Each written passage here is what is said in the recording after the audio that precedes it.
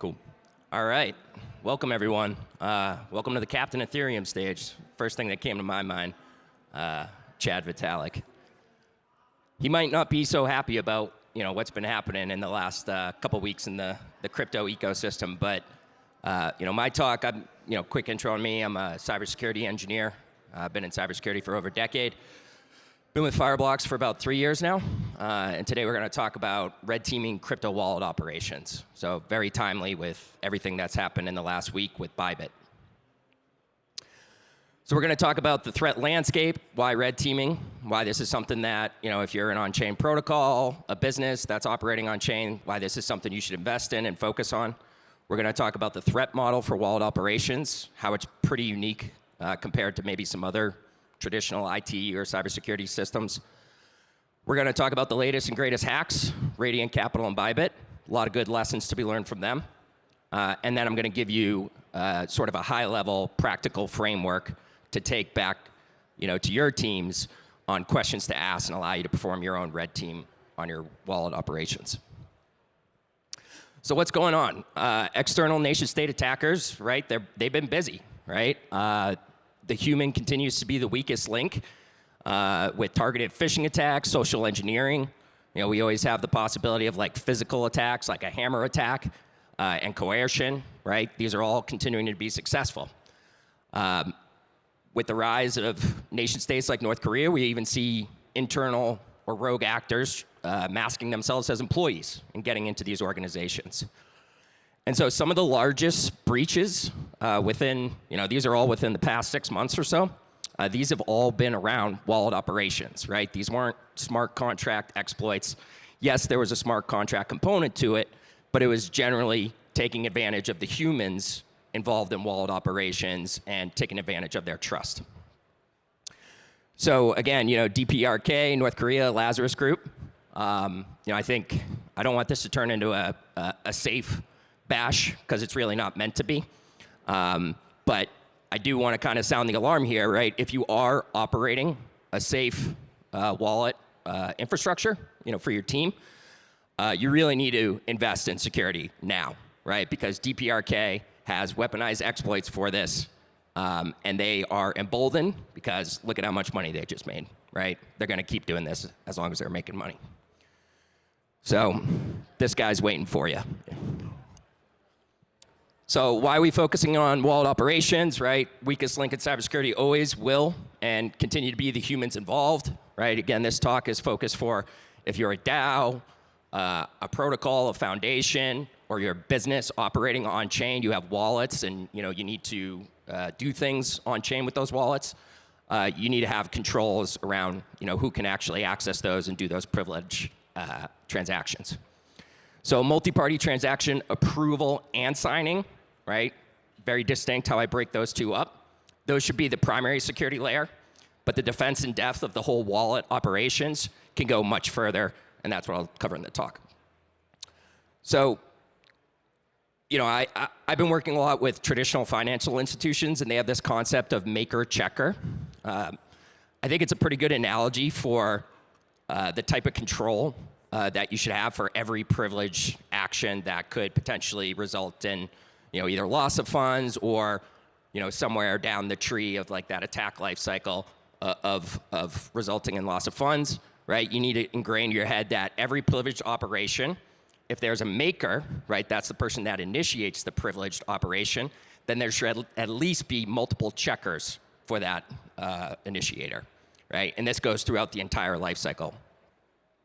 The other issue here is that in terms of things that like happen with Radiant, this is more for like the dApps or the protocols or the blockchains. Most security testing and audits, they're just focusing solely on the application code.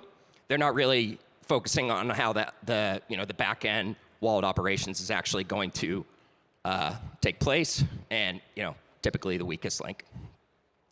Bug bounties don't really cover this type of threat either.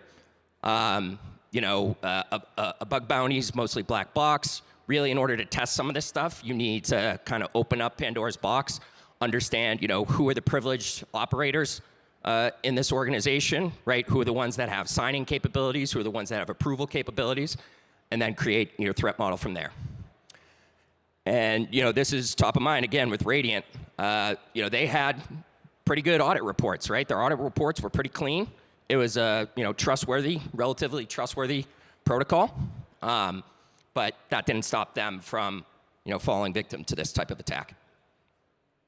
So what is red teaming? For those that may not be familiar, it's really about simulating real-world attack conditions to test security defenses as well as responses.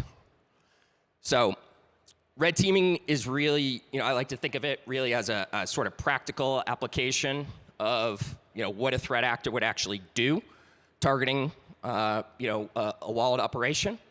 And it's really around addressing real risks and mitigating real vulnerabilities based on the likelihood of exploitation, right? So this isn't some academic or compliance framework or something like that. This is very much focused on what are the actual threats, what are the attackers exploiting, and then how do you mitigate those? So for types of red team assessments, in traditional cybersecurity, I think black box is a little more popular, where if you're trying to hack a Fortune 500 company, you'll start from the outside, you'll send spear phishing emails to the domain. I don't think that's really relevant here because you're going to spend a lot of time and a lot of money getting good results from that. I think these should all start today as white box. And so this is where the red team, whether or not this is an external consulting firm, there's a lot of great firms that can do this, where they come in and basically you guys as the organization, you open up your systems, your kind of controls, and you go through this process.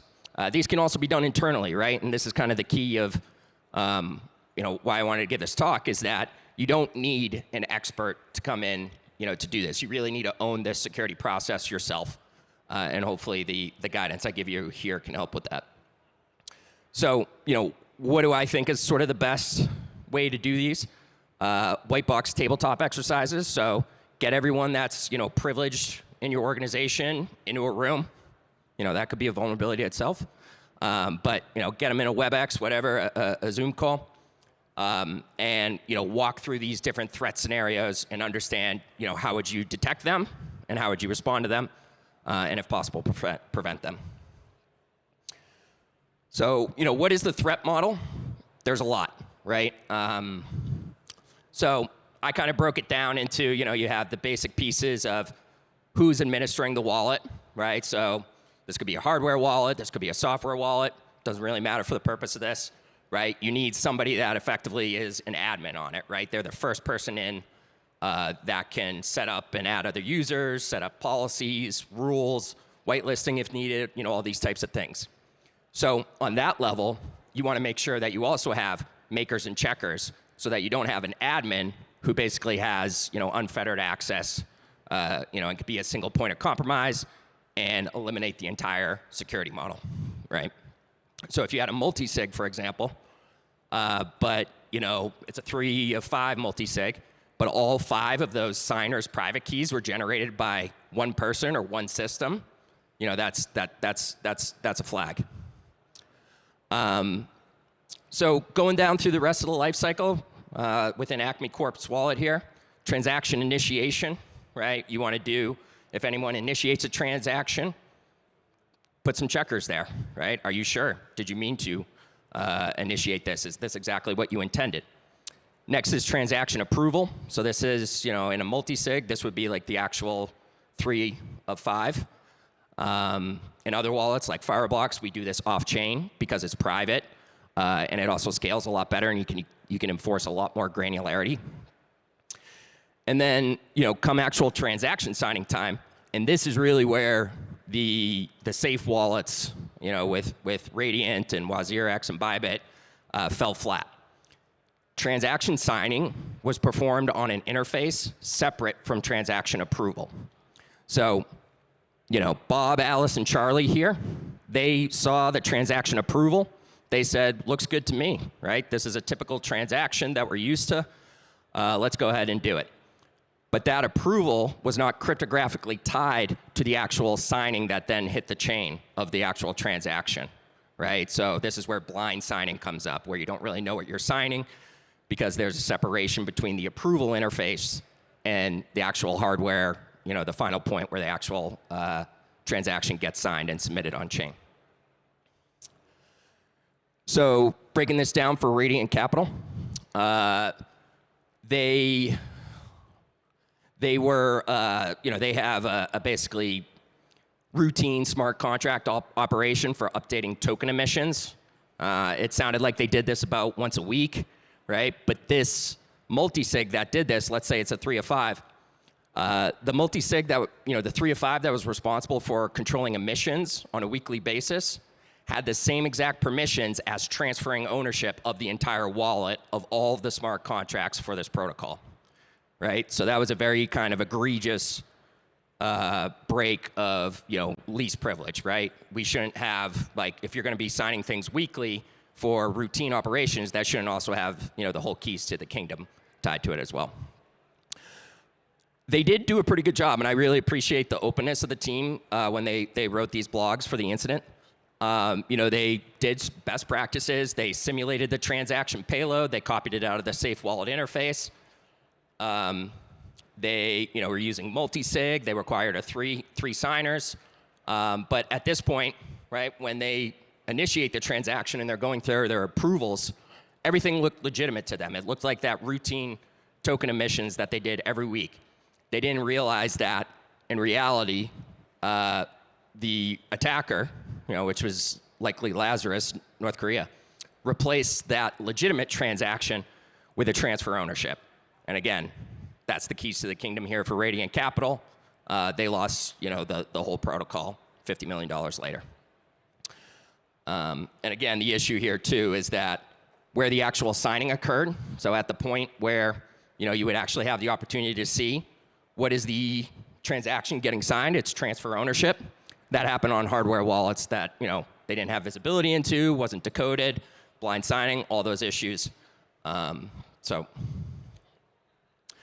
one of the things that I took away from this, among many, but, just again, in the spirit of red teaming and practical guidance here, diversification of approval and signing systems, right? So if you're operating a multi-sig, and especially in today's day and age where North Korea has weaponized exploits for safe, you should probably diversify your signers and your approvers, right? So I work for Fireblocks. Obviously would love it if you guys use Fireblocks, but you can use, right, any other externally owned account as a signer on a multi-sig. Fireblocks is one of them. There's plenty of other providers. But just doing that, right, that is going to greatly mitigate your attack surface through that diversification. The other issue here, again, I touched on this, right? It was routine smart contract operation for token emissions. That was the same for transferring ownership of the entire protocol. The other thing I want to call out here is at the bottom is that I see this a lot with big teams that are operating shared wallet infrastructure. They get signing fatigue, right? If you get a pop-up notification on your phone multiple times a day of, hey, I need you to put in your PIN code, your biometrics, get out a YubiKey, whatever it is, you're going to start getting annoyed with that, right? And I call this signing fatigue. And this is really how you lose your level of paranoia, and some of these types of attacks can get through undetected. Bybit, all right, this has been fun for the last 2 weeks or so. The scariest thing for me, just being in cybersecurity for over a decade, it was one of the scariest supply chain attacks, I think, in crypto, due to the fact that it wasn't Bybit that was directly compromised. It was actually a safe developer, or maybe multiple safe developers. I don't know. There's still more information that needs to come out that were actually compromised, right? So I'll kind of table that for now because I know I call it out down here. Safe's still working on the postmortem and excited to see what they come from that. But really, again, the issue, very similar to Radiant Capital here, is Bybit was using Safe Wallet interface as a trusted interface. They trusted that when they were doing their approvals through Safe Wallet, that's actually what they would sign, but the approval interface was compromised. So North Korea hacked the Safe developer. They replaced the front-end code of Safe in an AWS S3 bucket, and then that code was only served specifically for Bybit's wallet address. So this was extremely targeted, right? And this also tells me, again, I'm not trying to make this a safe bash, but safe may be compromised. Safe was compromised by DPRK in this scenario. So the other issue, again, want to highlight, right? Because the approval interface is different than the actual signing interface. The signing interface was hardware devices. They were not cryptographically tied. So again, you looked at the interface, the approval interface, looked good, but that wasn't actually what was sent to being signed, right? So those need to be tied together such that you can't be manipulated somewhere within that flow. And again, right, like there's lots of controls here that can be applied on chain for something like a multi-sig for like Safe. Again, I don't want this to be a Safe bash. I love Safe. I think it's an awesome product, but it's tough to have sort of enterprise cybersecurity controls when you're a DAO and an open source protocol, and so that's kind of where they fell short here. But there are a ton of tools within Safe itself that could have prevented this, right? So safeguards, safe modules, those are basically policies and different ways to configure the safe in a more secure way. And then also, decentralized or, trusted, like self-hosted front ends. That's a big one. So red teaming framework. All right, this is what I'm giving to you all. I probably won't spend too much time on this because it's a lot. But this is what you can take home, take back to your teams, and kind of go through these checklists and ask yourself and start, finding vulnerabilities and mitigating them. So again, first step, right? You got to identify and prioritize them. There's always risks, right? So we need to prioritize them. I would start with what's been working for the bad guys. You want to make sure that you always have isolation of different admin functionalities and transaction types. A dollar transfer shouldn't require the same maker checker or approval scheme as transferring ownership or administering the wallet itself. Defense in depth, right? We always want that. What happens if maker checkers are compromised? Are you, using a healthy dosage of paranoia, right? When you see one of your team members says, hey, I want to, issue this transaction, are you sure? Is this what you meant? Worst case, are you being coerced, right? Do we need to get on a video call to, confirm that you're not under pressure? OPSEC of wallet admins, approvers, and signers, super important, right? This is maybe more, North Korea and groups like that can definitely use this, but this is really relevant for like hammer attacks or physical attacks, right? Making sure that you keep the actual approval and signing scheme of your team secure and private. Sensitive software and hardware and systems diversified, right? Safe you can use as the multi-sig, but you can augment that with something with Fireblocks, with MPC. You can also use on-chain controls like those safe modules.